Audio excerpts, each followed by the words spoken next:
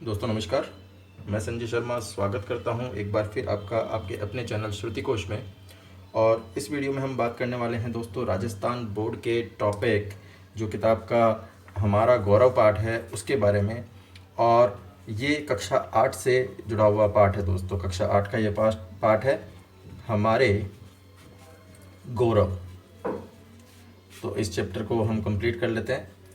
ये कक्षा 8 का चैप्टर है, तो नोट्स के माध्यम से हम इस चैप्टर को पूरा करने का प्रयास करेंगे। तो हमारा गौरव जो पाठ है दोस्तों, वो भारत की भूमि पर जितने भी व्यक्ति हुए हैं और जिन्होंने भारत को आगे बढ़ाने में योगदान दिया है, चाहे वो विज्ञान के क्षेत्र में हो, चाहे वो साहित्य के क्षेत्र में हो, चाहे वो कला के क्षेत्र में हो, उनके बारे में ये चैप्टर है, जिससे कि हम अपने देश को जान सके कि कैसे कैसे महारथी हमारे यहाँ पे हुए हैं और देश में और विदेशों में अपना नाम जो है ऊंचा किया है, भारत देश का नाम ऊंचा किया है। तो सबसे पहले हम बात करते हैं दोस्तों चंदर बरदाई की। चंदर बरदाई नाम सुना होगा दोस्तों चंदर बरदाई का आपने। बिल्कुल वही चंदर बरदाई जो पृथ्वीराज चौहान के साथ उसके राज्य कवि रह चुके हैं, सलाहकार रह चुके हैं, मित्र रह चुके हैं, वही चंदर बरदाई। तो दोस्तों इनका जन्म जो है वो 1148 ईस्वी को हुआ। 1148 ईस्वी को इनका जन्म हुआ और स्थान लाहौर। लाहौर जो पाकिस्तान में है वर्तमान में, वही इनका जन्म हुआ 1148 में। और इनके जो पिता थे, पिता का नाम राव वैण था, राव वैण। और ये जो राव वैण थे, ये दोस्तों अजमेर के जो चौहान थे उन चौहानों के पुरोहित हुआ करते थे। और इसीलिए जो चंद्र बरदाई है वो भी पिता के साथ उनका आना जाना वहाँ लगा रहता था। तो इसी से उनका जो लगाव है या जुड़ाव है वो चौहान वंश के साथ हुआ और पृथ्वीराज चौहान के साथ इनकी मित्रता जो है वो स्थापित हुई। अगर इनकी बात की जाए तो ये दिल्ली सम्राट पृथ्वीराज चौहान के राज्य कवि, सलाहकार एवं मित्र के रूप में थे। सलाहकार एवं मित्र के रूप में।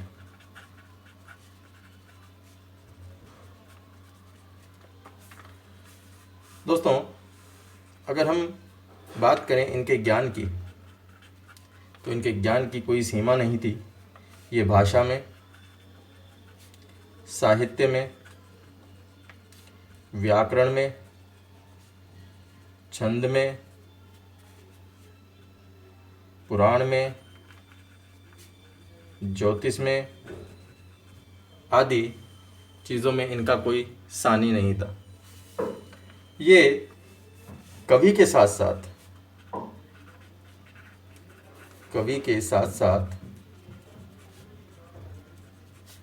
अस्त्र शस्त्र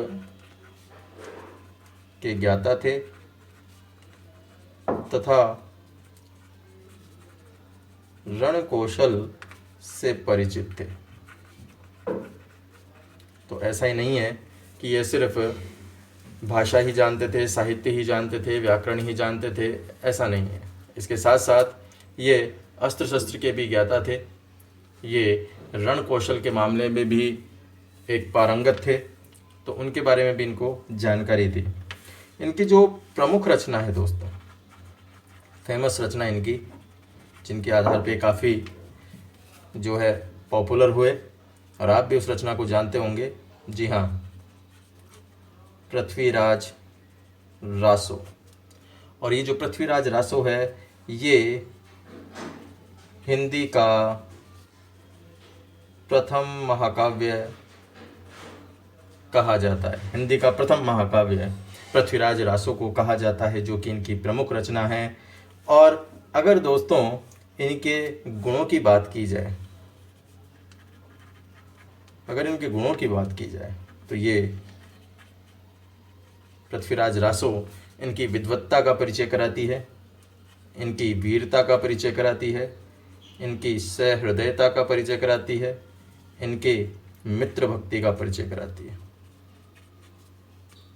दोस्तों, ये वही चंद्रबरदाई है जिनका एक श्लोक, एक उक्ति आपने काफ़ी सुन रखी होगी, 4 बांस 24 गज, अंगुल अष्ट प्रमाण, ता ऊपर सुल्तान है, मत चौके चौहान।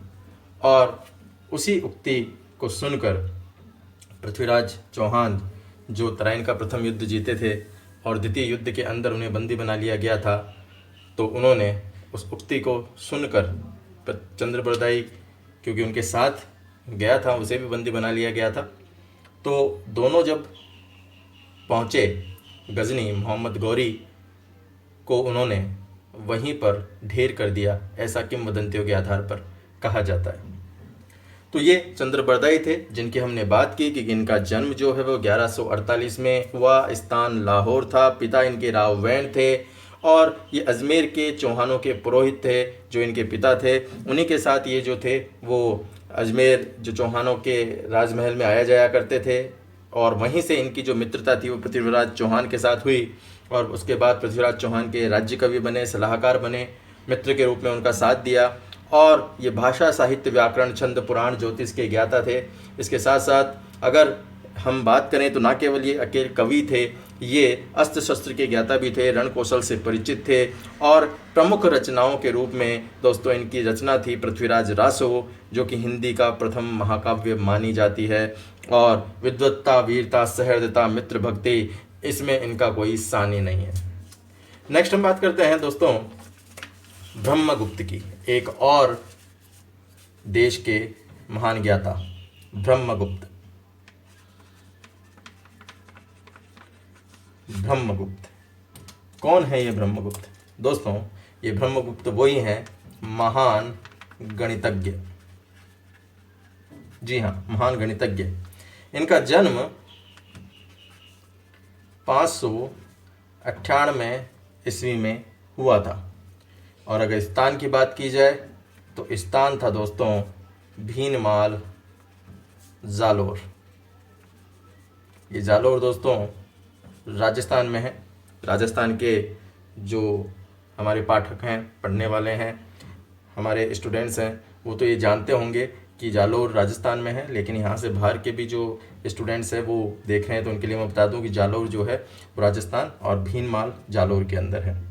तो ये जो थे ये गुप्त काल से जुड़े हुए थे और गुप्त काल के प्रमुख खगोल शास्त्री ने माना जाता था।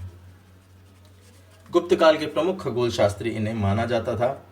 इनका जो ग्रंथ है जो काफ़ी फेमस हुआ वो है दोस्तों ब्रह्मस्फुट सिद्धांत।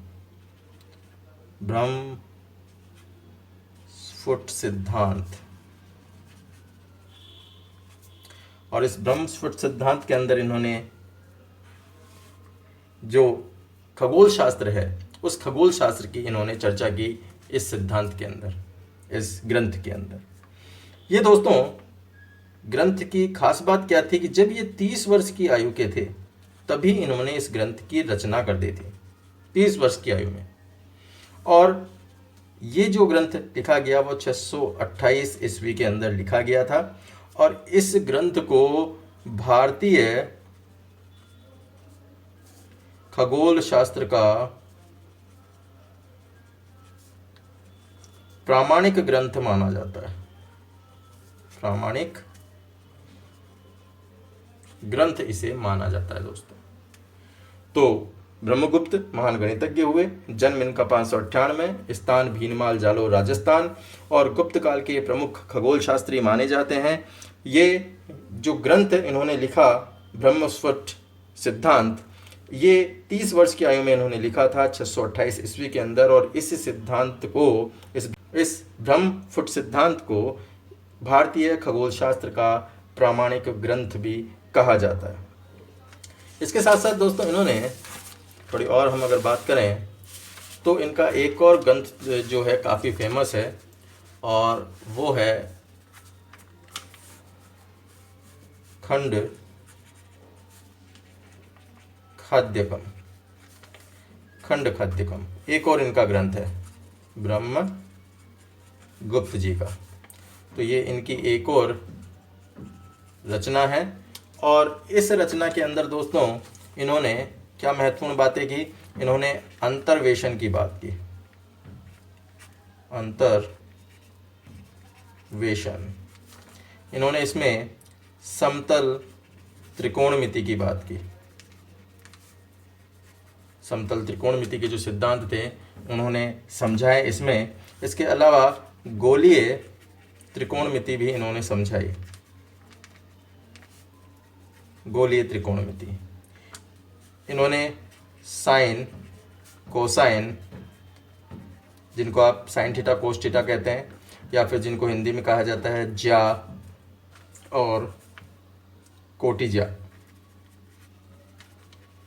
ये इन्हें हिंदी में कहा जाता है। तो ये खंड खाद्यम के अंदर अंतर्वेशन, समतल त्रिकोणमिति, गोलीय त्रिकोणमिति, साइन कोसाइन, ज्या कोटि ज्या आदि के बारे में इन्होंने चर्चा की। इसके अलावा दोस्तों इनके द्वारा वर्गमूल व घनमूल लिखने की विधियां भी दी गई। घनमूल वर्गमूल लिखने की विधियां जो है वो भी इनके द्वारा बताई गई। इसके साथ साथ इन्होंने शून्य का गुणधर्म भी दिया। और इनका जो विशेष योगदान था वो ज्यामितीय क्षेत्र में था। ज्यामितीय क्षेत्र में तो जितनी भी आप देख रहे हैं चीज़ें, चाहे वो समतल त्रिकोणमिति हो, गोलीय त्रिकोणमिति, ट्रिग्नोमेट्री की चीज़ें, वर्गमूल, घनमूल, शून्य का गुणधर्म और ज्यामितीय क्षेत्र में विशेष योगदान, ये हम कह सकते हैं। और न केवल हमारे लिए बल्कि संपूर्ण भारत देश के लिए उनके द्वारा दिए गए ये जो नियम है, विनियम है, उनको आज आप पढ़ रहे हैं, किताबों के अंदर देखते हैं। तो ये भारत की ही देन है कि इतनी चीज़ें हमने दी है भारत को। हमारे इतने जो गौरवमयी लोग हुए हैं उन्होंने भारत को दी है। नेक्स्ट हम बात करते हैं दोस्तों महर्षि सुश्रुत की। महर्षि सुश्रुत कौन है? महर्षि सुश्रुत दोस्तों ये विश्व के प्रथम शल्य चिकित्सक माने जाते हैं। विश्व के प्रथम शल्य चिकित्सक सुश्रुत को माना जाता है। और ये सुश्रुत जो हैं ये ऋषि विश्वामित्र जो थे, ऋषि विश्वामित्र के वंशज हैं। तो सुश्रुत कौन है? सुश्रुत ऋषि विश्वामित्र के वंशज हैं। और इनका जो प्रसिद्ध ग्रंथ है दोस्तों सुश्रुत संहिता। सुश्रुत संहिता काफ़ी प्रसिद्ध ग्रंथ। और इसी ग्रंथ के अंदर दोस्तों इन्होंने सारी चिकित्सा पद्धति को समझाया है। और इसीलिए इस ग्रंथ को शल्य चिकित्सा का प्रामाणिक ग्रंथ माना जाता है। प्रामाणिक ग्रंथ माना जाता है। दोस्तों सुश्रुत संहिता में सबसे पहले जो सुश्रुत थे उन्होंने प्लास्टिक सर्जरी का उल्लेख किया। जी हाँ, आज की प्लास्टिक सर्जरी, इसका उल्लेख जो है ये सुश्रुत महोदय काफ़ी समय पहले कर चुके थे, जिसको बाद में अमेरिका का पेटेंट मिल गया कि अमेरिका ने ये चीज़ें चालू की है। लेकिन ये जो है ये सुश्रुत जी के द्वारा पहले ही सुश्रुत संहिता के अंदर इन चीज़ों को दे दिया गया था। और इस प्लास्टिक सर्जरी को यूरोप द्वारा इसका अनुसरण किया गया। यूरोप द्वारा जो सुश्रुत जी ने जो प्लास्टिक सर्जरी का उल्लेख किया था उसका अनुसरण यूरोप के द्वारा किया गया। और इसके साथ साथ शल्य चिकित्सा के लिए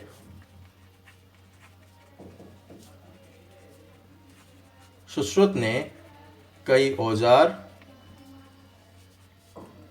व यंत्रों का आविष्कार किया। जिनका आज भी प्रयोग किया जाता है। वर्तमान समय के अंदर भी जो डॉक्टर हैं उन यंत्रों का उपयोग करते हैं, उनको काम में लेते हैं और चिकित्सा पद्धति के अंदर उन चीज़ों को देखा जाता है। तो ये दोस्तों कुछ हमने हमारे गौरवमयी विद्वानों की बात की। तो इस वीडियो में हम इतनी ही बात करेंगे। इससे अगले वीडियो के अंदर हम कुछ और हमारे विशेषज्ञों, विद्वानों, साहित्यकारों को लेंगे। तो तब तक के लिए धन्यवाद। आपका दिन शुभ हो।